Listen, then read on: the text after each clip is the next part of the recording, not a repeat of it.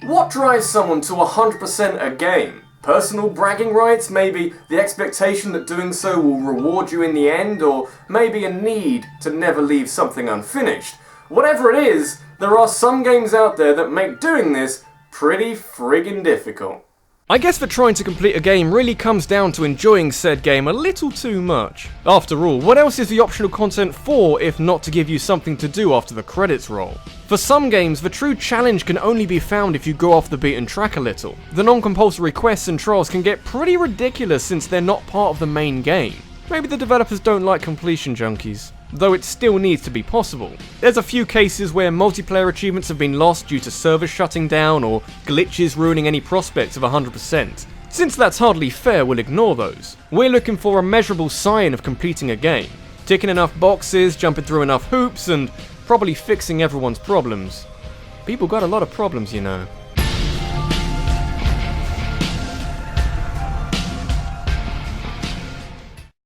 Of all the gaming genres, RPGs are maybe the most absurd if you want to complete them. The games are long, you'll have a load of side quests to do, some of the optional boss fights can get pretty crazy. But if you want to take this further, you can just borrow things from other gaming genres.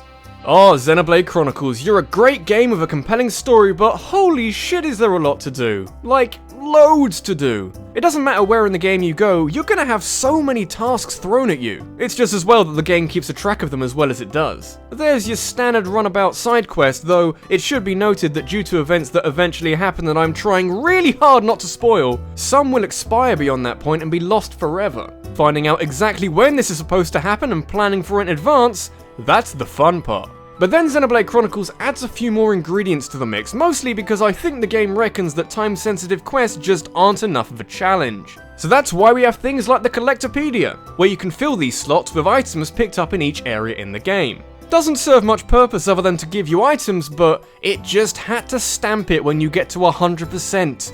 Now I have no choice. Then there's character affinities that can be a real pain to boost up, but the real fun comes with the achievements. Xenoblade Chronicles X might have more, but frankly they give those out like confetti. You'll get 54 of them just from completing story missions. Some of the achievements in Xenoblade Chronicles are simply inconvenient, but ones like beating the odds where you have to kill an enemy 10 levels higher than you, special planning needs to go into that.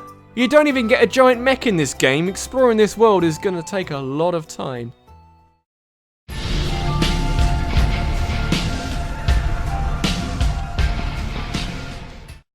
Gotta catch 'em all. That is the challenge put forward by Pokemon games. Your journey in most of those games starts out with the intention of helping the professor of your choice with their Pokemon research, so logically you need to catch quite a number of these critters. But then you get involved in some sort of Pokemon League challenge and some crazy terrorist try and fuck about with Pokemon, so the whole catching them all thing kinda goes out the window. Naturally, as more Pokemon are added, Gen 6 pushed the total beyond 700 and Gen 7 can't be that far away. You'd expect the task to get harder and harder, but that's where you'd be wrong. The benefits of adding Pokemon as you go is that you also add new features to make completing the Pokédex less of a hassle. You can trade all the way back from Gen 4, there's Wi-Fi trading, there's more global events. It all means that I, personally, have completed the Pokédex in Pokemon Black, Omega Ruby, and Y. But if you really want a challenge, Gen 3 is the place to go. Catching all the Pokemon in Gen 3 is a feat that separates the men from the puddles of sweat and melted dreams that used to be men. While all the other games are nicely linked together, even Gen 4 can delve into Hoenn for some Pokemon. The third generation is out on its own. If you want those Kanto and Johto Pokemon, you're gonna have to work very hard.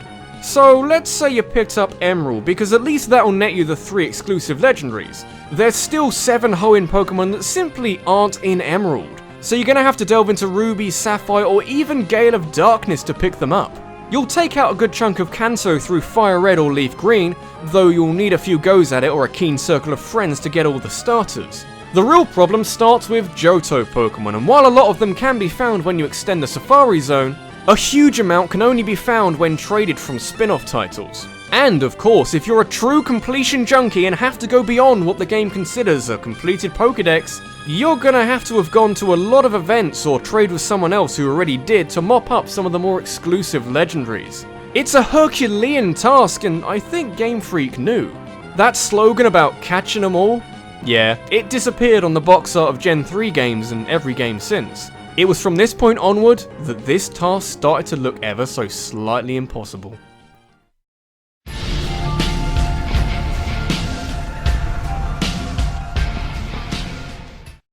If you search around a bit, you might come across a few games that aren't very difficult to beat, but absolute monsters to complete.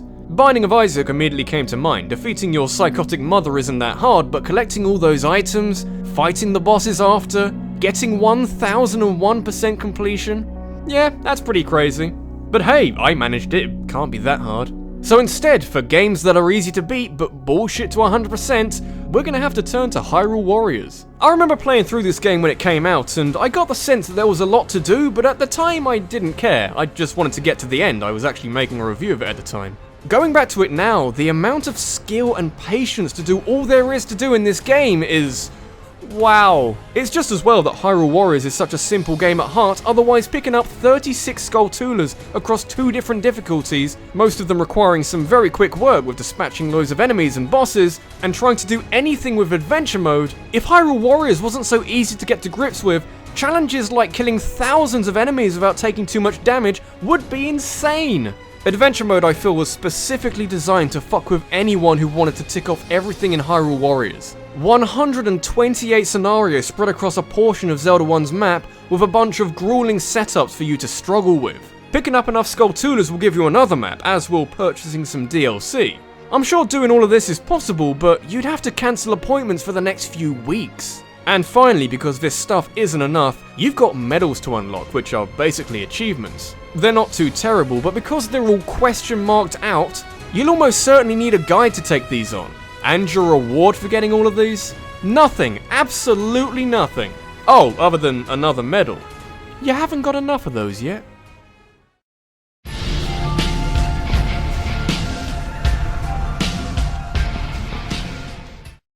You might have noticed that the games I've mentioned so far haven't been that difficult to play or beat, but have put up a fight when you've tried to do all there is to do.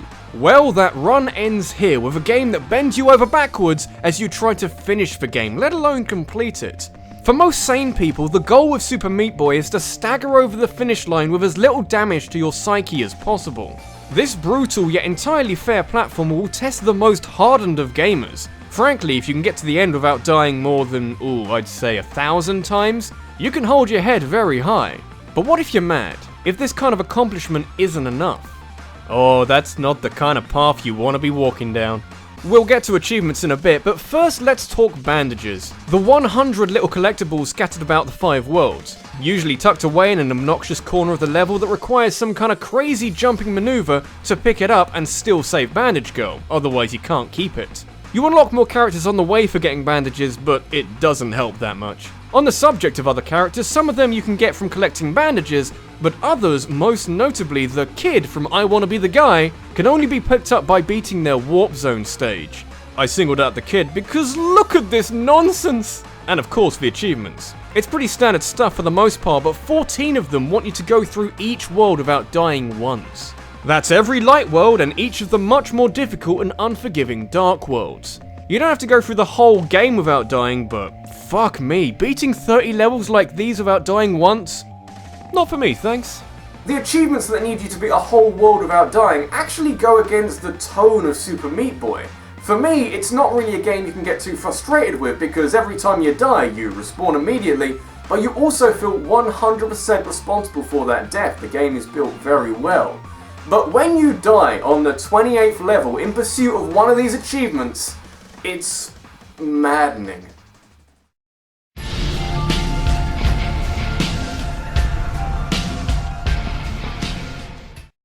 In any attempt to complete a game, I find that the old adage of quality over quantity really does mean a lot. Super Meat Boy, for example, is as tough as osmium nails to complete, but it only has 48 achievements. The difficulty is concentrated with these achievements, so each of them really feels like an accomplishment. What you really need, if you were designing a game that serves as the Everest in the world of gaming completion, is to combine difficulty with ridiculous quantity.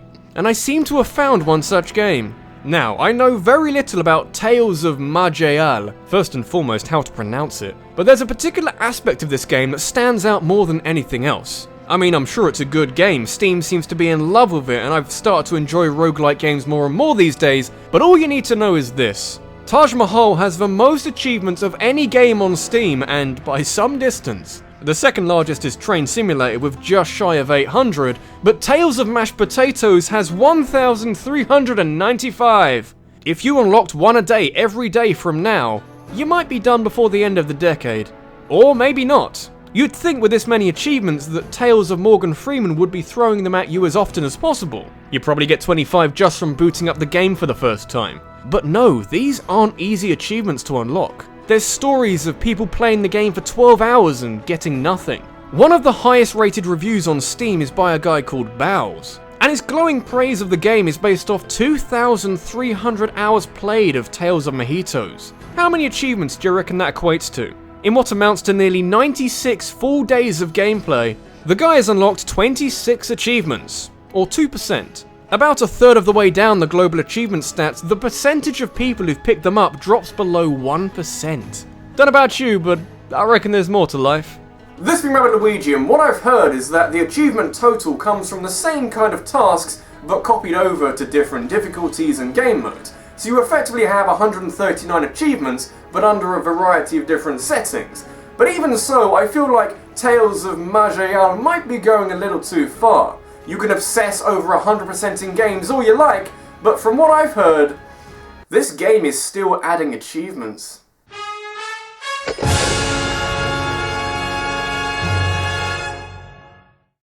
Got a topic that you'd like me to discuss in a countdown? Leave a suggestion in a comment below and head over to my Twitter, where I'll be holding a vote to decide the subject of the next countdown based off the best of your submissions. Thanks for watching, guys, and I'll see you in the next one. Hey guys, hope you enjoyed that. I've had plenty of ideas for top 5s recently, so I've got to thank you lot for that, but what I actually need now is an idea for my 100th countdown.